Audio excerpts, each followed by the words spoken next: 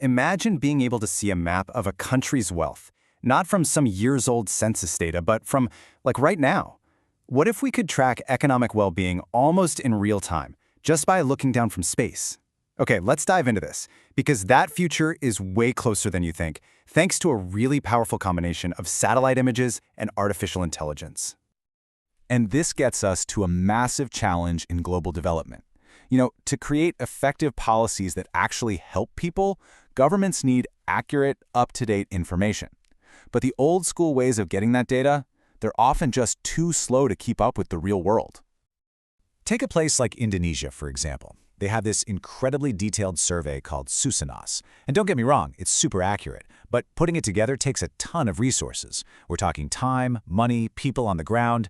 By the time that data is finally published, the reality it's supposed to describe, it might have already changed, leaving policymakers constantly playing catch-up. So that got researchers asking a pretty groundbreaking question. What if we could find the same information, but, way faster and cheaper, just by looking for clues from space? And this is where satellite imagery enters the picture. Well, the most intuitive clue is light itself. What you're looking at here is a nighttime map of East Java in Indonesia. You can see the brightest spots are the cities and industrial centers, just glowing with economic activity. For decades, we've known there's a strong link here. More light usually means more wealth. But what about during the day? Daytime images give us a completely different set of clues.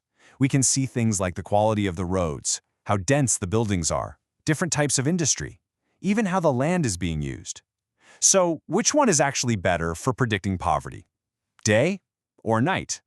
That's the core question of the study we're digging into today. To answer a question like that, you can't just have a person sit there and look at thousands of images. It's just not possible. You need to teach a machine how to see, and more importantly, how to understand what it's seeing. And that's where some really brilliant tech comes in. The key is something called transfer learning. Think of it like this. Instead of training an AI from absolute scratch, which would take a crazy amount of time and data, you start with one that's already an expert. It's kind of like hiring a world-class art historian who already knows everything about analyzing composition and color.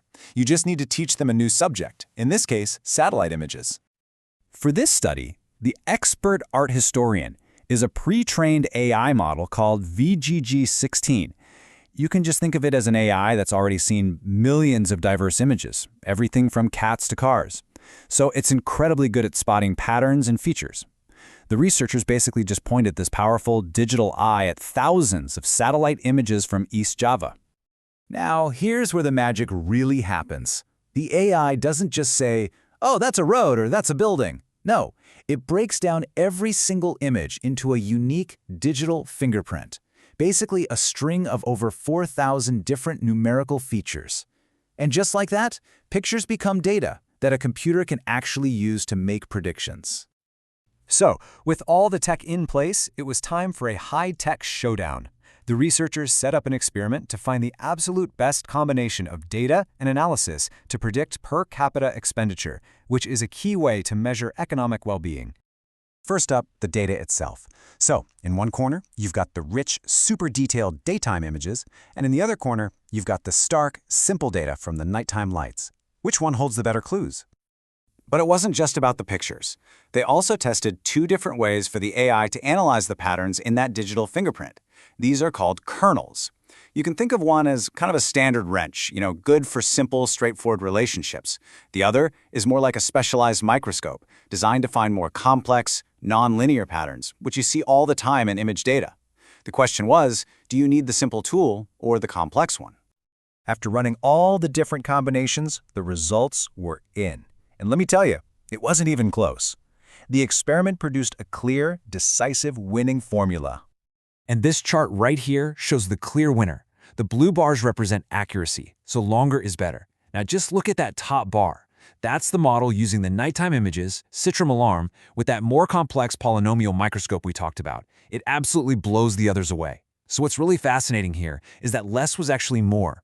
Yeah, the daytime images have tons of detail, but they also have a lot of noise. Things like clouds, shadows, seasonal changes that can really confuse an AI. Nighttime light is a simpler, but it turns out much stronger signal of human economic activity. So, how accurate was it? Well, the model achieved what's called an R-squared value of 87.05%. Here's what that means in simple terms. If you knew nothing else about a district, this model, using only nighttime photos, could predict its economic status with 87% accuracy. That's like getting an A+ on a test where you were only given one clue. I mean, that is an incredibly powerful result. So, just to recap, the winning formula was simple but really powerful. Use the nighttime light images and analyze them with that more advanced microscope lens to find those complex patterns. And the result? That amazing 87% accuracy with a prediction error of less than 2%. Just fantastic. Okay, this is all fantastic, but what does it all mean in the real world? Well, all this data and analysis builds to something truly, truly useful, a completely new kind of economic map. And here it is. This is the payoff. On the left, you can see the map that was generated by the AI's predictions. And on the right, that's the map based on the actual on-the-ground survey data. I mean, just look at them. They are remarkably similar. The AI was able to recreate the economic landscape of East Java with stunning precision, just from satellite photos of lights in the dark. Just how precise was it? Well, when they sorted all 38 districts into 5 different wealth categories, the model got it right for 35 of them. That is a classification accuracy of over 92%. This isn't just some academic exercise, it's a practical, reliable tool.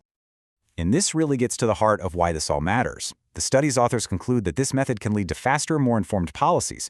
So instead of waiting years for survey data, governments could have an updated map in a matter of weeks, or maybe months, allowing them to target aid and development projects exactly where they're needed most, when they're needed most. This breakthrough really just opens up a whole world of possibilities. It shows we can get a near real-time pulse on the economic health of pretty much any region. So the question for all of us is, with this powerful new lens to see the world, how will we choose to change it?